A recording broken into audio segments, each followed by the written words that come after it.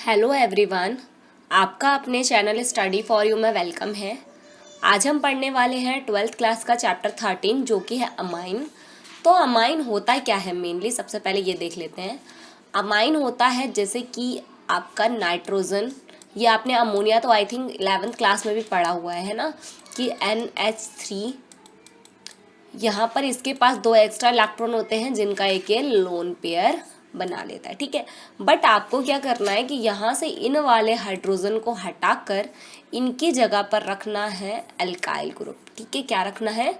Alkyl group रख लेना है, यानी कि CH3 या जो भी आप C2H5 जो भी रखना चाहते हैं। तो आप अगर यहाँ पर ये रख लेते हैं, ये बन जाते हैं अमाइंस। आप यहाँ पर एल्काइल ग्रुप भी रख सकते हैं, अराइल ग्रुप भी रख सकते हैं, जो आपका मन करे वो आप यहाँ पर रख सकते हैं। तो इसे हम कहते हैं अमाइंस। ठीक है, अब ये जो अमाइंस हैं किस किस तरीके से होते हैं, जैसे कि आप यहाँ पे स्ट्रक्चर देख पा रहे हैं, यानी कि हमने एक हाइड्रोजन को हटाया, उसकी जगह पर एक CH3 ग्रुप डाल दिया।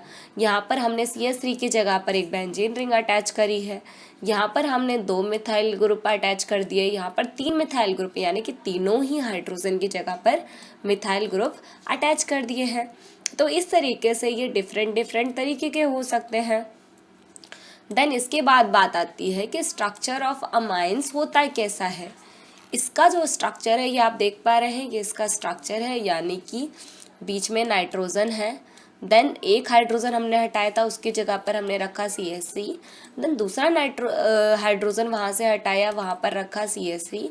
देन फिर से एक हाइड्रोजन हटाया था, देन वहाँ पर रख दिया CH3। और इसके पास एक क्या होता है, एक लोन पेयर होता है, यानी कि 2 इलेक्ट्रॉन एक लोन पेयर कंटेन करते हैं। और जो इसका स्ट्रक्चर होता है ना, वो होता है क्या, टेट्राहेड्रल। कैसा स्ट्रक्चर होता है, यानी कि जब आप इसको ऐसे करके ड्रॉ करेंगे तो ये ना कुछ ऐसे करके टेट्राहेड्रल स्ट्रक्चर बनाता है, और ये टेट्राहेड्रल बाई पिरामिडल करके होता है इसका स्ट्रक्चर।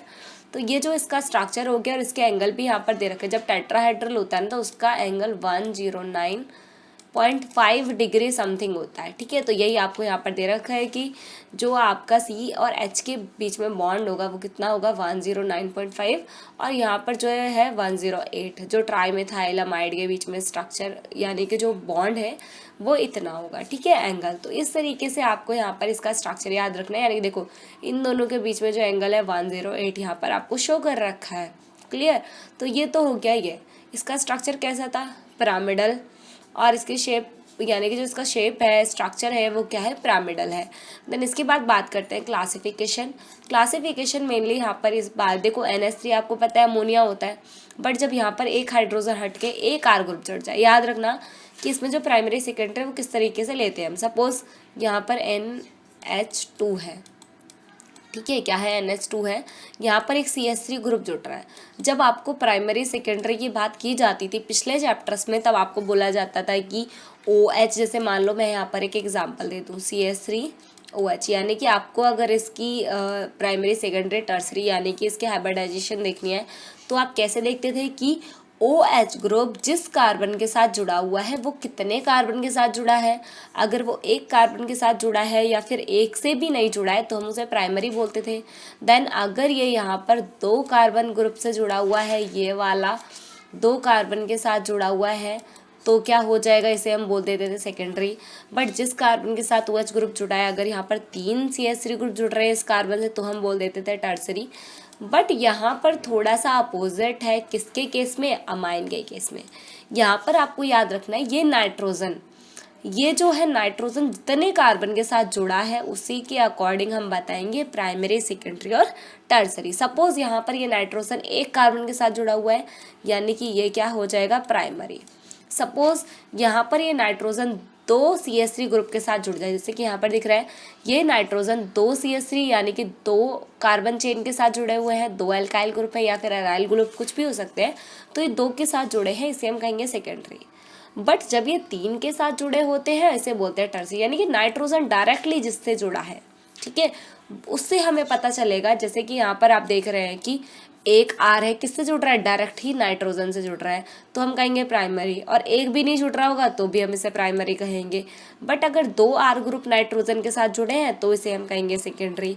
देन जब 3 जुड़े हुए होंगे इसे कहेंगे टर्सरी। क्लियर? देन इसके बाद है आपका नोमेनकल्चर। नोमेनकल्चर यानी कि किस तरीके से हम इसको इसके नेमिंग कर सकते हैं। नेमिंग कैसे करोगे, देखो यहीं से मैं स्टार्ट कर देती हूँ आपको बताना।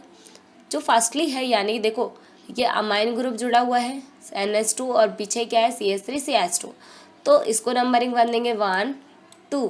कौन सी कार्बन चेन है, यानी कि मिथेन इथेन है, यानी कि ये जो है हमारा क्या इथाइल अमाइड क्यों बोला, क्योंकि ऐसा एक तो हमारी ब्रांच हो जाती है और एक क्या हो जाती है, एक नॉर्मल चेन होती है, मेन चेन होती है, ठीक है। इसीलिए हम इसको इथेन अमाइड भी कह सकते हैं, इथेन 1 अमाइड भी कह सकते हैं, IUP से नेमिंग, ठीक है।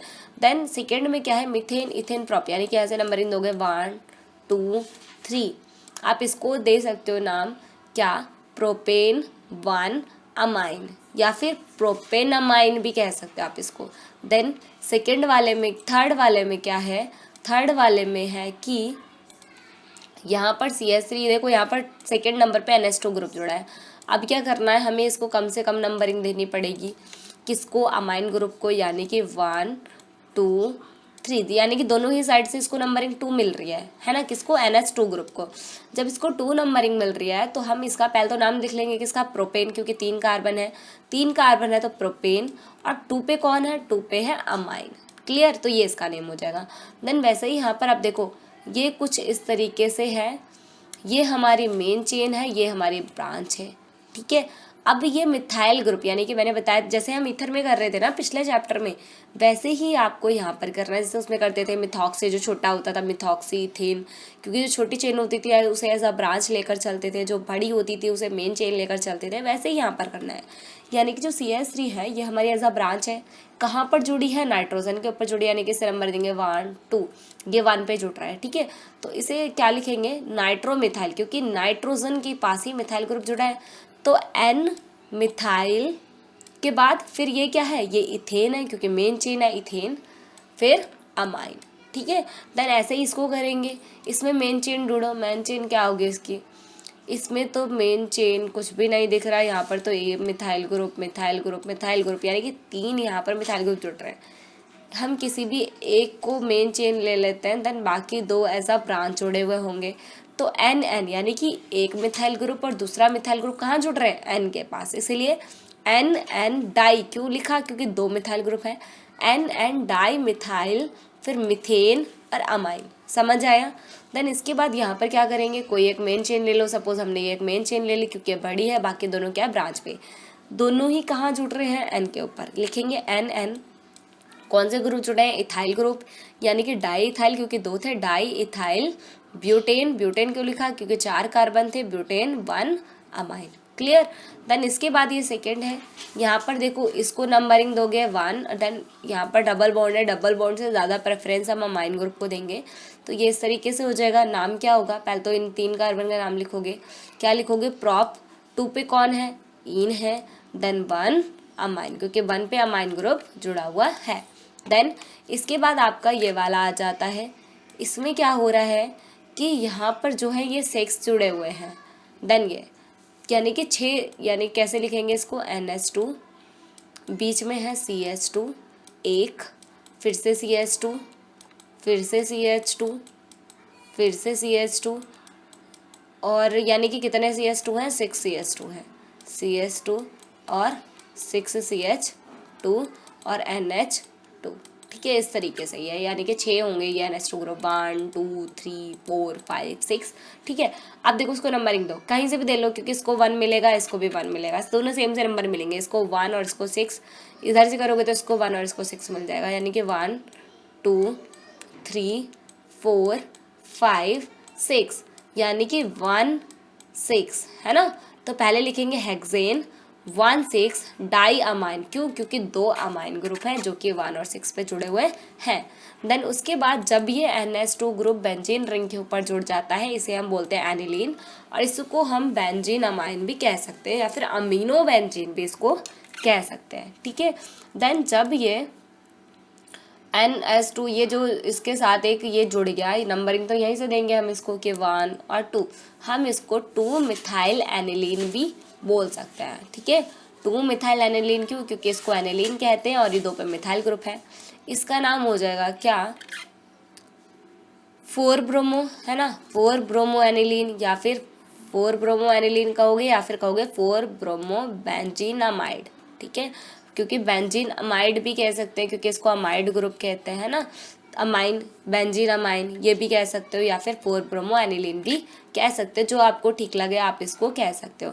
देन ये लास्ट क्या है, लास्ट ये है कि इस यानी कि ऐसे बेंजीन बना हुआ है आपका, और ये जो बेंजीन है ना ऐसे करके, इसके ऊपर एक नाइट्रोजन ग्रुप है और इस नाइट्रोजन ग्रुप के ऊपर एक CH3 है, देन दूसरा भी CH3 है। अब देखो मेन चेन कौन सी होगी, बड़ी वाली यानी कि बेंजीन वाली मेन चेन होगी, और ये दोनों ब्रांच पे हैं। ठीक है, कहाँ पर ब्रांच लग रही है, नाइट्रोजन के ऊपर, इसलिए NN डाईमिथाइल, क्योंकि 2 मिथाइल ग्रुप है, NN डाईमिथाइल बेंजीन अमाइन। ठीक है, ये हो गया इसका नेम।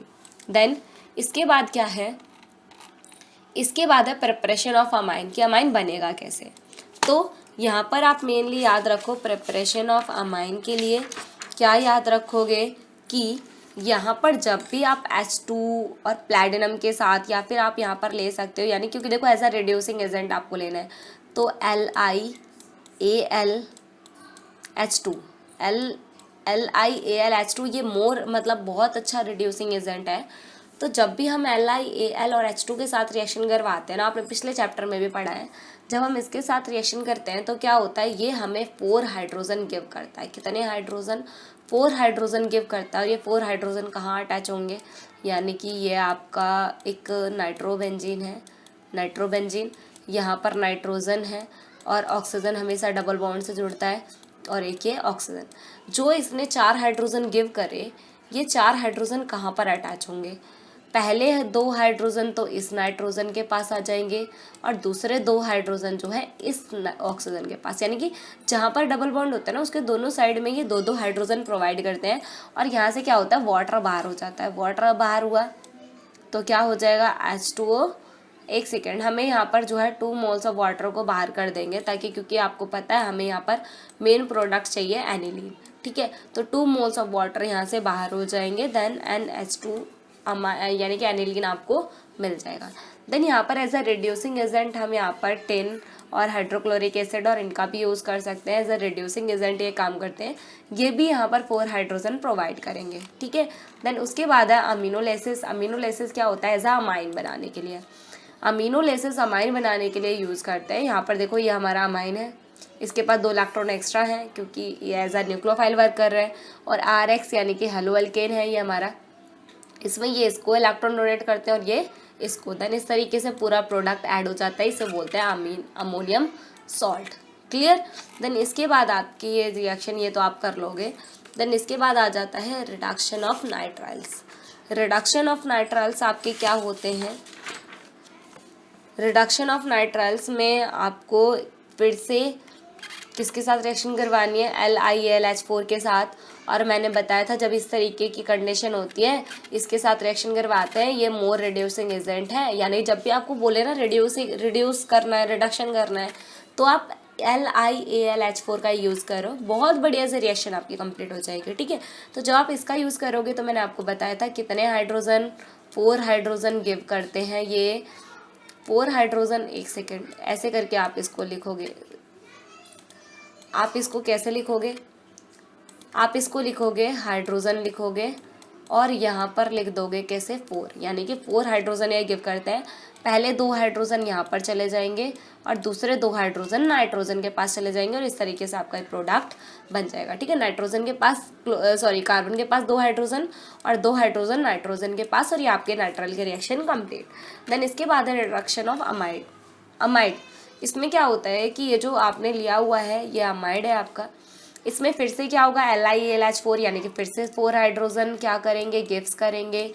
4 हाइड्रोजन जब गिव करेंगे, किसी किसी गिव करेंगे, 2 हाइड्रोजन तो इस कार्बन के पास आएंगे, 2 हाइड्रोजन इस ऑक्सीजन के पास आएंगे। ठीक है, और यहाँ से जो है वाटर बाहर हो जाएगा, कैसे, यानी कि RCONH2 यहाँ पर इस तरीके से होगा। देन 2 हाइड्रोजन यहाँ मिलेंगे, 2 हाइड्रोजन यहाँ मिलेंगे और यहाँ से वाटर बाहर हो जाएगा, यानी कि H2O बाहर चला गया। बचा क्या, बचा यहाँ पर ओनली RCH2 क्योंकि देखो ये वाला CS2 जो था ये पूरा कंबाइन हो जाएगा, बॉन्ड तो हट जाएगा क्योंकि जैसे इस पे चीज़ें ऐड हुई तो बॉन्ड ब्रेक हो जाता है, बट यहाँ से वाटर भी आपको बाहर निकालना है। देन NH2 यहाँ पर जो है जुड़ जाएगा, ये आपका बन जाएगा अमाइड। क्लियर? तो ये बन गई आपके रिएक्शन। देन इसके बाद क्या है next, Gabriel phthalimide reaction. Most important है, नेमिंग रिएक्शन में भी पूछी जाती है। यहाँ पर आपको क्या करना है कि ये जो है थैलेमाइड, इसको कहते हैं थैलेमाइड। जब बेंजीन के साथ COO और ये NH जो है एक साथ जुड़ा हुआ होगा, ये आपको याद रखना पड़ेगा कि थैलेमाइड होता क्या है। थैलेमाइड की रिएक्शन जब KOH के साथ करवाओगे, KOH के साथ जब ये रिएक्शन होगी तो क्या होगा, ये जो K है ये तो यहाँ पर अटैक हो जाएगा हाइड्रोजन नाइट्रोजन के साथ, और यहाँ से H और OH यानी कि वाटर जो है बाहर चला जाएगा। और देखो यहाँ पर आप देख रहे हो N और K जुड़ गए और वाटर बाहर।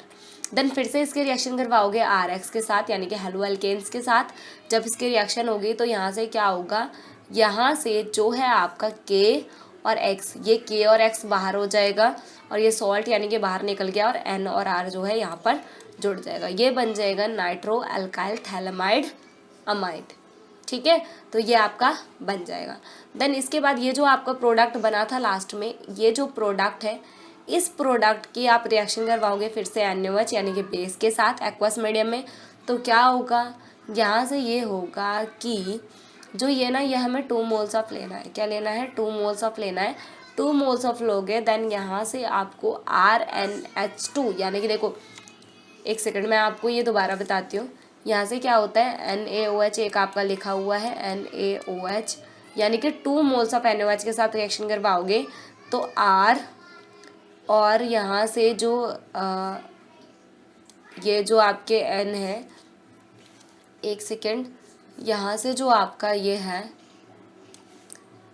जो आपका यहाँ पर N है N, और ये 2 हाइड्रोजन ऐसे करके ये जो है बाहर हो जाते हैं NH2 ये, और साथ में आपका R भी बाहर निकल जाएगा।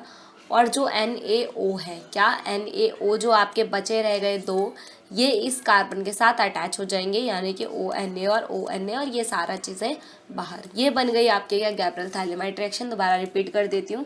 थैलेमाइड की रिएक्शन है KOH से करवाओगे यानी कि यहाँ से वाटर बाहर हो जाएगा और N और K जुड़ जाएंगे। देन इसकी रिएक्शन हेलो एल्केन के साथ करवाओगे तो क्या हो जाएगा, KX बाहर हो जाएगा, बाकी सारी चीज़ें जुड़ जाएंगी। इसकी रिएक्शन दोबारा से बेस के साथ करवाओगे और 2 मोल्स ऑफ बेस के साथ करवाओगे यानी कि ये R और N और 2 H यहाँ से बाहर हो जाएंगे, और NaOH जो 2 मोल्स ऑफ बच गए ये इस कार्बन के साथ NaO और एक इस वाले कार्बन के साथ ONA जुड़ जाएंगे, और ये आपका बन जाएगा लास्ट प्रोडक्ट। ठीक है, देन इसके बाद है क्या, हॉफमैन ब्रोमाइड डिग्रेशन रिएक्शन में क्या होता है कि इस रिएक्शन में मेनली आप जब इसके रिएक्शन ब्रोमीन के साथ +4 NaOH के साथ करवाते हो तो यहाँ से ये वाली चीज़ें और ये सारी चीज़ें ही बाहर निकल जाती हैं, सिर्फ NH2 बन जाता है यानी कि अमाइन बन जाता है यहाँ पर, और बाकी सारी चीज़ें ही साइड प्रोडक्ट में निकल जाती हैं। ये है हॉफमैन ब्रोमाइड डिग्रेडेशन रिएक्शन। ठीक है, इसके बाद आपके आ जाती है क्या, फिजिकल प्रॉपर्टीज़। फिजिकल प्रॉपर्टीज़ में आप यहाँ से कुछ याद रख लो कि जो लोएस्ट एलिफैटिक अमाइड होते हैं यानी कि छोटे वाले, जैसे कि CH3 के साथ NH2 ग्रुप जुड़ गया, यानी कि जो छोटे वाले स्टार्टिंग के 3-4 होते हैं, जैसे मिथेनामाइन हो गया और जो आपका इथेनामाइन हो गया, ये जो स्टार्टिंग वाले हैं ना 2-3, वो कैसे होते हैं, गैस फॉर्म में होते हैं, और जो इसकी ऑर्डर होती है ना फिसी ऑर्डर, यानी कि काफ़ी ज़्यादा बेकार सी इसकी स्मेल होती है। तो जो स्टार्टिंग वाले हैं छोटे वाले एलिमेंट्स हैं, लोएस्ट एलिफैटिक एलिमेंट है, अमाइन है, सॉरी लोएस्ट एलिफैटिक अमाइन है, ये सारे गैसियस फॉर्म में होते हैं, और इनकी स्मेल कैसी होती है, फिसी ऑर्डर होती है, फिश जैसी स्मेल होती है। और जैसे जैसे इनका नंबर बढ़ता चला जाता है, 3 से ज़्यादा कार्बन इसमें अटैच हो जाते हैं, तो ये आपको या तो लिक्विड या तो सॉलिड फॉर्म में देखने को मिलते हैं। और ये ना जितने भी आपके एनिलीन हैं या फिर अदर एराइल अमाइड्स हैं, एराइल यानी कि बेंजीन रिंग के साथ जुड़े हुए वाले, ये कलरलेस होते हैं। कैसे होते हैं? कलरलेस होते हैं, बट अगर ये एटमॉस्फेयर के साथ ऑक्सीडेशन कर लेते हैं तो ये आपको कलर्ड शो होते हैं। वैसे तो कलरलेस होते हैं, बट ऑक्सीडेशन करने के बाद ये कलर्ड शो करते हैं खुद को, ठीक है। और ये जो स्टार्टिंग वाले छोटे वाले लोएस्ट एलिफेटिक अमाइड हैं, ये वाटर में सॉल्युबल हो जाते हैं, क्योंकि इनके अंदर टेंडेंसी होती है वाटर मॉलिक्यूल के साथ हाइड्रोजन बॉन्डिंग बनाने की। बट जैसे जैसे इनका साइज बढ़ता चला जाता है तो ये वाटर में सॉल्युबिलिटी इनके डिक्रीज होती चली जाती है, फिर ये वाटर में अच्छे से सॉल्युबल नहीं होते, ठीक है। तो इस तरीके से फिर ये वाटर में सॉल्युबल नहीं होंगे तो कहाँ सॉल्युबल होंगे? ऑर्गेनिक सॉल्वेंट में, लाइक अल्कोहल, बेंजीन, इन सब चीज़ों में ये क्या होंगे? सॉल्युबल होंगे, ठीक है। तो ये तो हो गया इसका ये कि सॉल्युबिलिटी क्या है इसकी। प्राइमरी ज़्यादा सॉल्युबल होंगे, सेकेंडरी कम, टर्सरी बहुत कम सॉल्युबल होंगे, ठीक है। इसके बाद आ जाती है केमिकल रिएक्शन। केमिकल रिएक्शन क्या होती है? केमिकल रिएक्शन में आप रिएक्शन करवाओगे। पहला है बेसिक करैक्टर ऑफ एमाइड।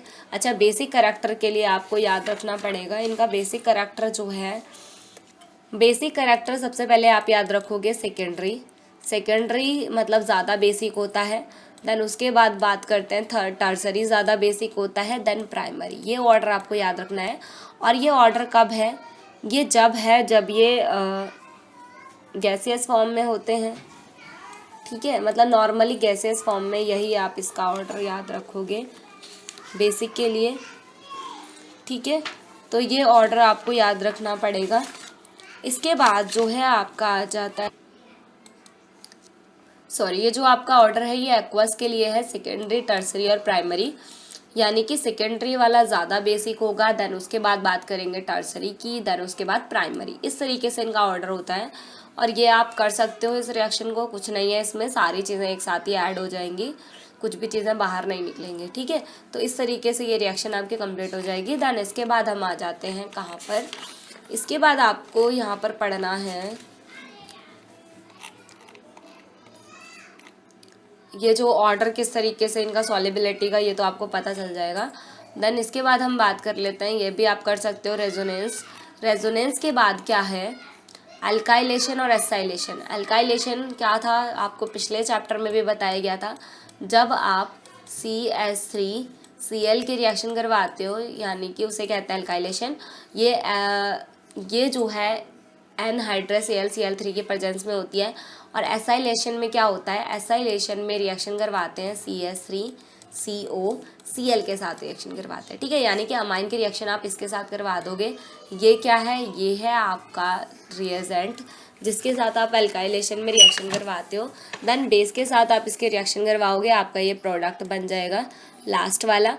यानी कि यहाँ से जो है पिछले वाले से H और इस वाले से Cl, HCl रिलीज हो जाएगा और ये आपका एक क्या मेन प्रोडक्ट बन जाएगा। क्लियर? देन इसके बाद है आपका अल्काइलेशन। अल्काइलेशन के बाद है कार्बोलामाइन रिएक्शन। ये आपके इम्पॉर्टेंट रिएक्शन है, ये रिएक्शन एग्जाम में भी पूछी जाती है, इम्पॉर्टेंट लिख लो इसमें। जो कार्बोलामाइन रिएक्शन है, इस रिएक्शन में मेनली क्या होता है कि आप जो है अमाइन की रिएक्शन करवाते हो किसके साथ? CHCl3 के साथ। तो जब यहाँ पर ये रिएक्शन होती है 3KOH के साथ, जब हम इसे हीट करते हैं ना, तो क्या होता है कि जो 3Cl हैं वो 3KH के साथ बाहर निकल जाते हैं, यानी कि 3KCl, और साथ में यहाँ से 3 मोल्स ऑफ वाटर भी बाहर निकल जाएगा, ठीक है। और बचेगा क्या? यहाँ पर ओनली R, N और C, ये चीज़ें बच जाती हैं और बाकी सारी चीज़ें बाहर निकल जाती हैं। ये है कार्बोलामाइन रिएक्शन। यानी कि आपको यहाँ पर RCN बनाना है ओनली, और बाकी सारी चीज़ें साइड प्रोडक्ट में चली जाएंगी। देन इसके बाद है नाइट्रस एसिड। नाइट्रस एसिड में क्या होता है? नाइट्रस एसिड रिएक्शन में यानी कि अमाइन की रिएक्शन आप HNO2 के साथ करवाते हो। और HNO2 किस तरीके से डिवाइड होते हैं? इधर रखोगे आप H, देन इधर रखोगे आप N के नीचे N और इसके नीचे O, यानी कि O2, ठीक है। तो आप इस तरीके से, यानी सॉरी एक सेकेंड, आपको क्या करना है? पहले तो आप इसे डिवाइड किस तरीके से करोगे? किसको? HNO2 को डिवाइड कैसे करोगे?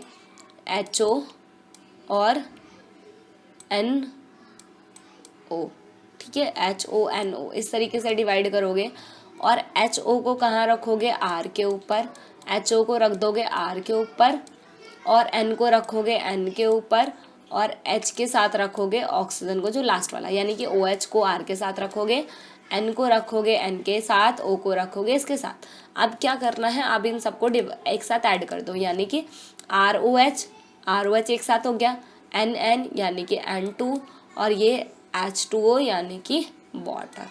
ठीक है, ये सारी चीज़ें इस तरीके से हो जाएंगी और ये लास्ट में आपका ये प्रोडक्ट, मेनली आपको इससे अल्कोहल बनाना होता है। ठीक है, नाइट्रस एसिड से अल्कोहल बनता है। ये रिएक्शन हमने एक सेकेंड पिछला जो चैप्टर था यानी कि अल्कोहल, फिनॉल और ईथर, वहाँ पर भी आप इस रिएक्शन का यूज़ कर सकते हो, यानी कि एज अ नाइट्रस एसिड से आप अल्कोहल बनवा सकते हो। ठीक है, देन इसके बाद आपका आ जाता है reaction with aryl sulphonic acid, sulfonyl chloride के साथ आप इसकी रिएक्शन करवाओगे। ये जो आप देख रहे हैं ये है आपका एराइल सल्फोनाइल क्लोराइड।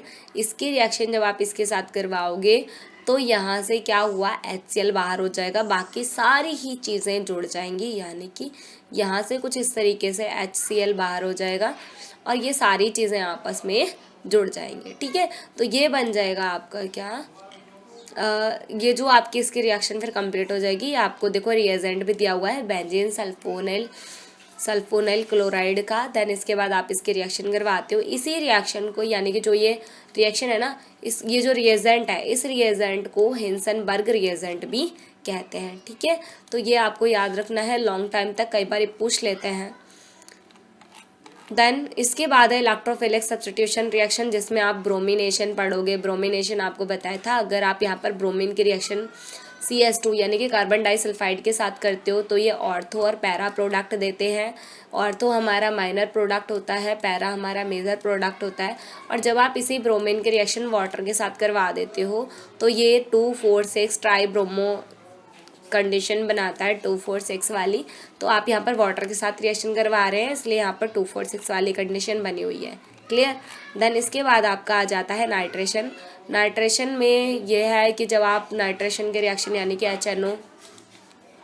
HNO3 के साथ नाइट्रेशन है तो नाइट्रिक एसिड के साथ रिएक्शन करवाओगे और ये सल्फ्यूरिक एसिड की प्रेजेंस में होता है। ठीक है, कैसे डिवाइड करोगे बताया था, HO को अलग कर दो और NO2 यानी कि जो प्रोडक्ट बच गया उसको अलग कर दो। ये इस तरीके की कंडीशन बनाएंगे 3, यानी कि ऑर्थो, मेटा और पैरा, तीनों चीज़ें ये बनाएंगे।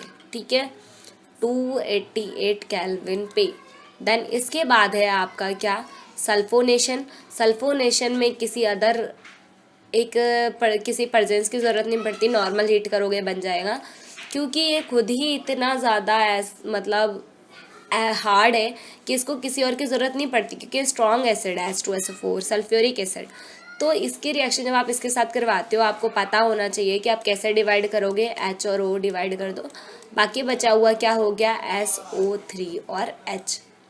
ठीक है, यहाँ पर मेनली डिवाइड नहीं करा है, सारा ही प्रोडक्ट जो है ऐसा यहाँ पर अटैक करवा दिया है। आप देख रहे हो CH3 यानी कि इसका हाइड्रोजन तो यहाँ जुड़ गया है इसके साथ, और बाकी सारा ही प्रोडक्ट इस तरीके से जुड़ गया है। और बाकी जब नेक्स्ट कंडीशन आई है तब आपको जो है यहाँ पर प्रोडक्ट मिले हैं, वो प्रोडक्ट क्या है, यानी कि SO3H को आपने पैरा पे जॉइंट करा है। देन नेक्स्ट वाले में आपने क्या करा है, SO3 नेगेटिव यानी कि चार्ज को करा है। इसे कहते हैं ज्वेटर आयन। क्या कहते हैं इसे, ज्वेटर आयन कहते हैं, याद रखना, कई बार पूछ लेते हैं। देन इसके बाद आपका एक कंसेप्ट आता है डाइजोनियम सॉल्ट। तो डाइजोनियम सॉल्ट मैं आपको नहीं करवाऊंगी। क्यों नहीं करवाऊंगी, क्योंकि 2021 के एग्ज़ाम में HBSC CBSE दोनों ही कंसेप्ट से डाइजोनियम सॉल्ट जो है हटा दिया गया है, यानी कि इसके बाद का सारा ही कंसेप्ट यहाँ से डिलीट कर दिया गया है। ये आपके एग्ज़ाम में नहीं आएगा। अगर आपने अभी तक हमारे चैनल को सब्सक्राइब नहीं करा है तो चैनल को सब्सक्राइब कर लीजिए, ताकि आपके पास हर वीडियो के नोटिफिकेशन सबसे पहले पहुँचे और हर एक अपडेट आप तक सबसे पहले पहुँचे। Thank you so much for watching my video.